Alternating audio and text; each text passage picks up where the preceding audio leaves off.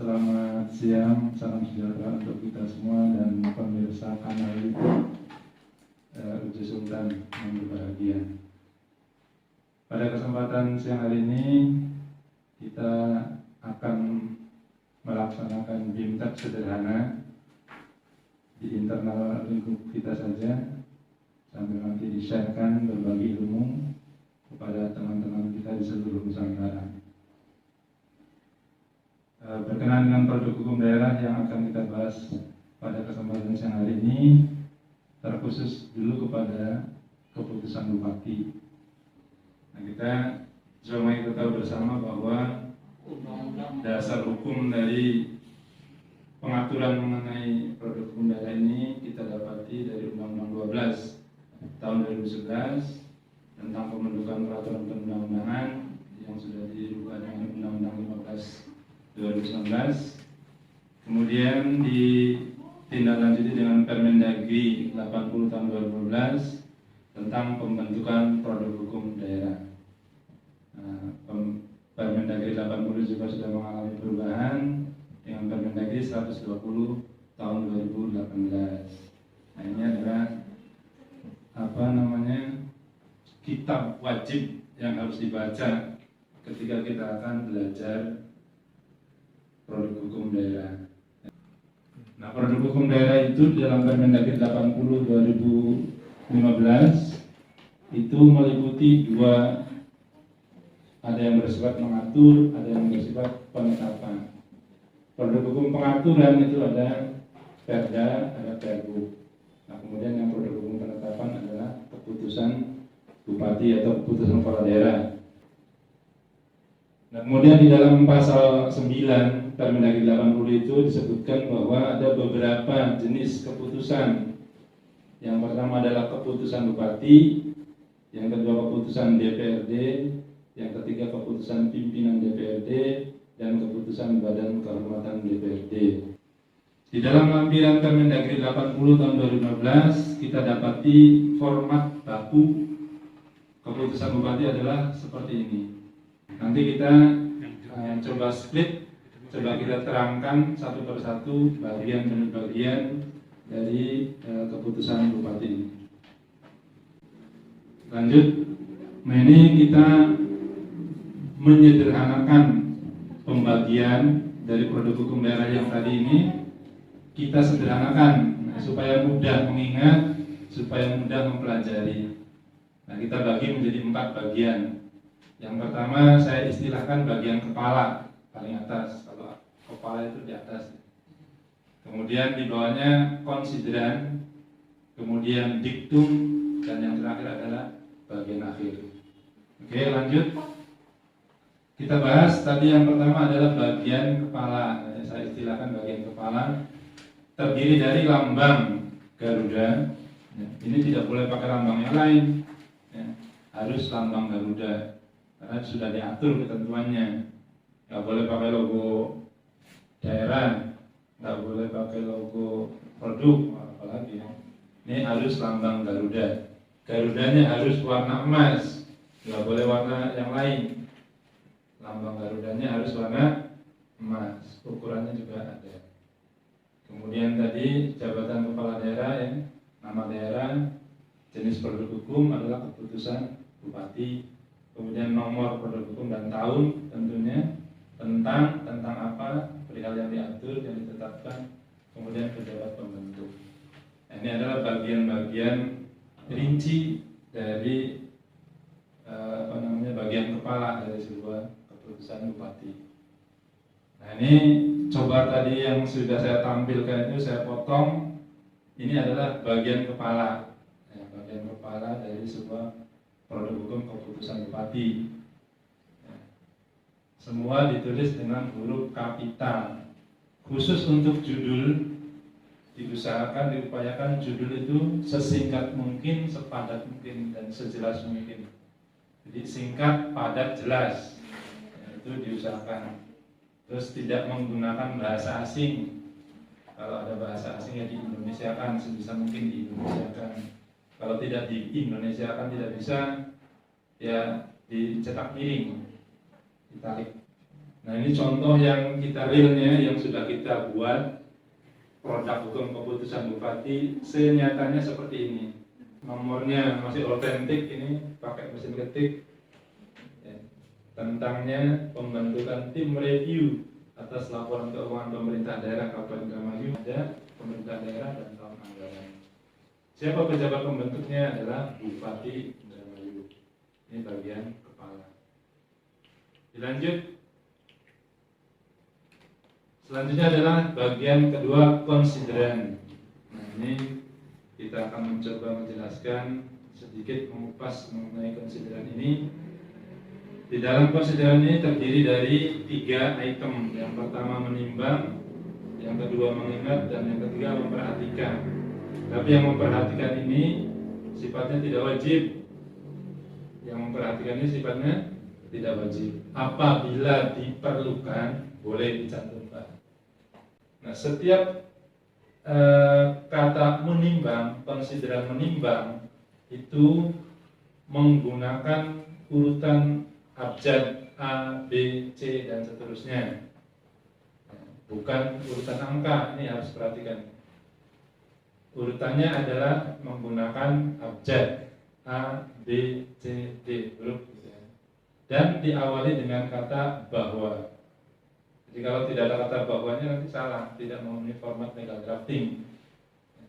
Jadi menimbang titik 2 A titik bahwa, nah, bla bla bla bla bla, itu diakhiri dengan tanda baca apa tadi? Titik koma. Begitu juga dengan B, bahwa bla bla bla bla diakhiri tanda baca titik koma. Tidak boleh pakai yang lain, harus titik koma. Dan seterusnya ya, C dan seterusnya. Nah, kemudian yang kedua, mengingat. Mengingat lain dengan menimbang. Kalau menimbang tadi pakai huruf A, B, C gitu ya. Kalau mengingat itu harus pakai angka 1, 2, 3, 4 dan seterusnya. Nah, ini untuk membedakan mana menimbang, mana mengingat. Ya. Sama dikasih tanda titik juga pada masing-masing dan diakhiri tanda baca koma. Nah, angka 2 ya tanda baca koma, angka 3 tanda baca koma dan seterusnya. Memperhatikan juga sama, menggunakan urutan angka 1, 2, 3. Ini disebutnya angka Arab 1, 2, 3 ini dan seterusnya. Angka yang kita gunakan di Republik Indonesia ini disebutnya angka Arab karena diadopsi dari huruf Arab 1, 2, 3, 4 begini ya. Dan seterusnya diadopsi, diindonesiakan, ditransliterasi jadi seperti ini. Jadi disebutnya angka Arab. Ada lagi angka Romawi yang pakai 1, 2 garis-garis itu kayak pagar, itu disebutnya angka Romawi. Itu angka berasal dari bangsa Romawi. Nah, kalau 1, 2, 3 ini sumbernya dari angka Arab, maka di kita disebutnya dengan angka Arab. Ini melanjut tadi dari konsideran menimbang dulu. Oke. Hendaknya, kenapa saya menggunakan kata hendaknya? Ini idealnya, kita bicara ideal bahwa ketentuan menimbang itu idealnya terdiri atas filosofi juridis sosiologis atau ditambahkan muatan politis. Ini kalau dalam kuliah politik hukum ini dibahas. Nanti di S2 dikupas tuntas ini politik hukum. Salah satunya politik hukum itu dipakai pada saat kita menyusun peraturan perundang-undangan ya. Dan termasuk di dalamnya ketika kita merumuskan menimbang. Nah, itu ada materi politik hukumnya di situ. Kalau kita kuliah S2, di kuliah S1 belum dikasih ilmu seperti itu. Lanjut ya, filosofis, yuridis, sosiologis. Nah, filosofis itu kira-kira bisa menggambarkan bahwa produk yang akan kita buat ini mempunyai landasan, mempunyai filosofis, ya, tujuan mulia, ide mulia, gagasan mulia, bahwa peraturan ini atau akan sambil dinikmati minumnya, kita sambil beracara. Jadi ilmunya dapat, segernya dapat, minumnya dapat. Segernya dapat. Kemudian kita meningkat kepada juridisnya. Muatan apa memuat unsur-unsur yuridis ini maksudnya kita sebisa mungkin mengutip atau merujuk kepada peraturan perundang-undangan ya, yang menjadi dasar hukum dari pembentukan keputusan bupati ini. Nah, kemudian yang sosiologis ini juga perlu kita kemukakan jika memang memungkinkan ya, legal draftingnya nanti kita sesuaikan dengan konteksnya, maksudnya seperti itu. Dan yang terakhir adalah muatan politis. Ini muatan politis ini ya tidak kelihatan dari segi kalimat biasanya, cuma kalau kita mendalami dari sebuah konsideran bisa saja ini unsur politisnya tersimpan secara implisit atau secara eksplisit bisa dituangkan. Nah, ini secara realnya kita coba menggambarkan yang tadi kita uraikan di atas ini, kurang lebihnya seperti ini. Ya. Menimbang di situ titik 2, kemudian huruf A juga diakhiri dengan tanda baca titik, kemudian diawali dengan kata bahwa. Ya. Ingat, selalu ada bahwa. Jadi jangan dikira bahwa itu tidak punya makna. Kalau tidak ada bahwanya dicoret nanti sama legal drafter. Bahwa untuk melaksanakan komitmen pemerintah Kabupaten Indramayu dalam menjalankan proses reformasi birokrasi menuju pemerintahan yang bersih, transparan, dan akuntabel, good governance. Tadi sudah saya sampaikan, kalau ada bahasa asing ya, ditulis dengan huruf D. Maka perlu adanya review atas laporan keuangan pemerintah daerah yang bersumber dari APBD. Ini namanya adalah landasan apa? Filosofis, sosiologis. Ini bisa dua-duanya masuk di sini di huruf A. Filosofisnya masuk, sosiologisnya masuk. Kemudian yang huruf B, bahwa sesuai dengan pasal 12 Peraturan Menteri Dalam Negeri Nomor 4 Tahun 2008 tentang pedoman pelaksanaan review atas laporan keuangan pemerintah daerah, maka Inspektorat perlu melaksanakan review atas laporan keuangan pemerintah daerah Kabupaten Indramayu tahun anggaran 2019 yang dilakukan oleh tim. Nah, ini adalah salah satu contoh landasan yuridisnya. Ya. Kita merujuk kepada pasal 12 Permendagri nomor 4 tahun 2008. Nah, ini contoh landasan yuridis. Nah, filosofis sosiologisnya tadi sudah terkandung di dalam huruf A. Sehingga filosofis yuridis sosiologisnya dari konsideran menimbang ini sudah terpenuhi. Tetapi dimungkinkan juga tidak memuat filosofis yuridis sosiologis secara lengkap. Apabila memang dalam konteksnya tidak memerlukan hal yang demikian. Contoh, misalnya kita membuat keputusan bupati ini adalah menindaklanjuti perda atau menindaklanjuti perbuk misalnya. Berdasarkan ketentuan pasal 4 Peraturan Daerah Nomor 5 Tahun 2017 misalnya. Perlu membentuk bla bla bla bla bla, kemudian B-nya bahwa berdasarkan pertimbangan seluruh masih berupa perlu menetapkan keputusan bupati. Nah, berarti keputusan itu adalah dalam rangka melaksanakan ketentuan peraturan daerah. Seperti itu.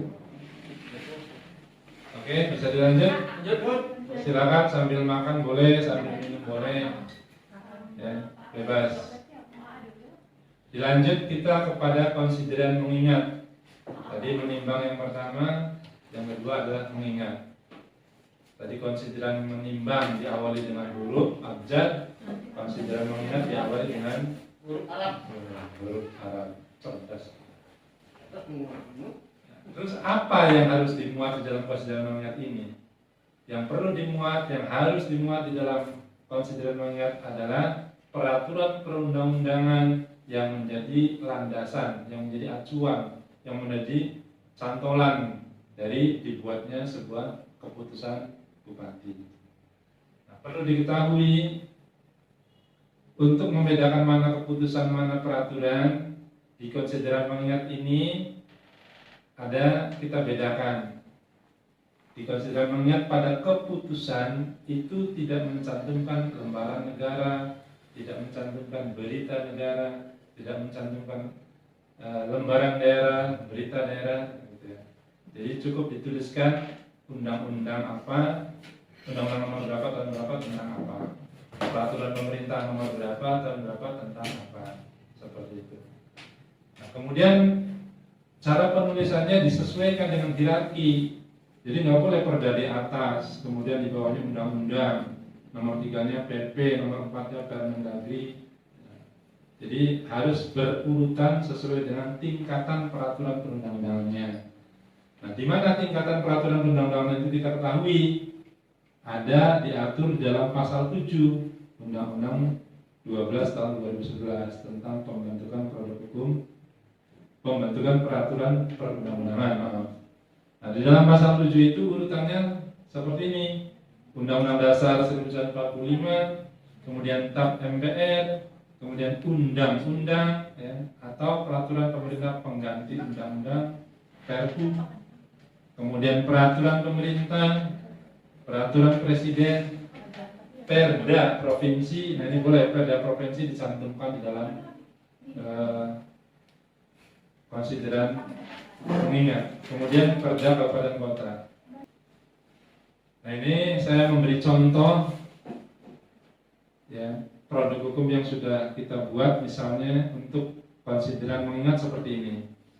Mengingat titik 2 angka 1 titik kemudian kita menyebut dari undang-undang yang tertua dulu. Yang tertua nomornya juga yang paling dulu gitu kan. Kalau misalnya ada derajat yang sama, undang-undang, ada 5 undang-undangnya misalnya, maka yang dituliskan terlebih dahulu adalah undang-undang yang lahirnya paling duluan. Seperti ini misalnya, Undang-Undang 14 tahun 50. Nah, bagaimana misalnya di tahun 50 itu ada undang-undang lagi yang kita jadikan dasar, ya, maka dipakai urutan yang terdahulu dulu, nomor 14 misalnya, terus kemudian nomor 20 misalnya di tahun yang sama. Nah, ini kemudian nomor 2 Undang-Undang nomor 17 tahun 2003 tentang keuangan negara. Kemudian Undang-Undang nomor 1 tahun 2004 tentang perbendaharaan negara. Nah, ini urutannya kan dari tahun yang tertua dulu, 2003, 2004 gitu ya. Kemudian nomor 23 2014 tentang pemerintahan daerah beserta perubahannya. Nah, ini contoh saja. Ini undang-undang. Kemudian ke bawahnya PP. Kemudian ke bawahnya lagi misalnya ada peraturan menteri, nggak apa-apa, masukkan di konsideran minyak, boleh ya. Yang sekiranya itu bisa menjadi apa? Menjadi acuan, menjadi landasan atau cantolan untuk dibuatnya atau dibentuknya keputusan bupati. Terus sampai kepada peraturan daerah kabupaten kota. Peraturan bupati boleh masuk menjadi bagian dari konsideran mengingat. Seperti misalnya kita ketika membuat SK yang sifatnya kegiatan, SK itu, mumpung saya ingat ini saya sampaikan bahwa keputusan bupati yang biasa kita buat itu ada keputusan yang berkaitan dengan tahun anggaran, ya. Ini biasanya bersifat program kegiatan.